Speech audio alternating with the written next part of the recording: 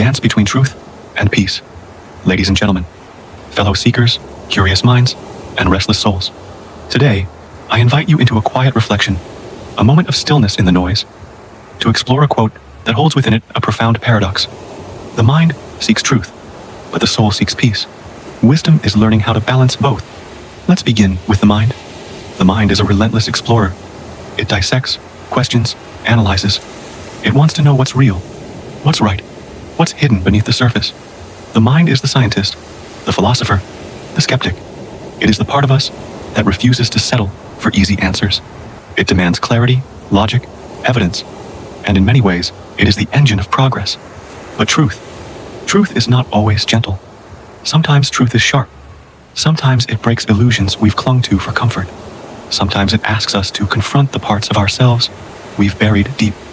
And so, while the mind seeks truth, it can also lead us into discomfort, into conflict, into complexity.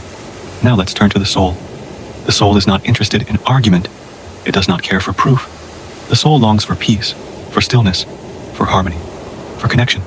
It is the part of us that sits quietly beneath the storm, whispering, "Let go." The soul is the poet, the healer, the dreamer. It seeks not to conquer the world, but to feel at home within it. And yet, peace without truth can become denial, a fragile calm built on avoidance, a silence that hides suffering.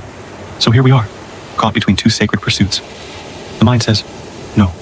The soul says, rest. And wisdom? Wisdom says, hold both. Wisdom is not choosing one over the other. It is not abandoning truth for comfort, nor sacrificing peace for certainty. Wisdom is the art of balance. It is knowing when to question and when to surrender, when to speak and when to listen, when to fight for clarity and when to embrace mystery. Think of the great leaders, the great artists, the great teachers. They did not live in extremes. They danced between truth and peace.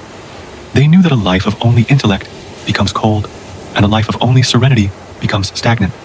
They learned to carry both fire and water in their hearts, and so must we. In our relationships, this balance matters. The mind may want to win the argument, but the soul wants to preserve the connection. In our work, the mind may chase perfection, but the soul asks for purpose. In our personal growth, the mind may demand answers, but the soul reminds us that not everything needs to be solved. Some things simply need to be felt. So how do we cultivate this wisdom? We pause, we breathe. We ask not just, is this true? But also, is this kind? We learn to sit with discomfort without letting it consume us. We learn to seek truth with compassion and peace with courage. Because the truth without peace can be a weapon, and peace without truth can be a prison. But together, they become liberation.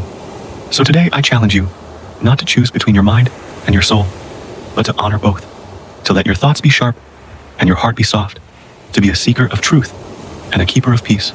That is wisdom. That is balance. That is the path forward. Thank you.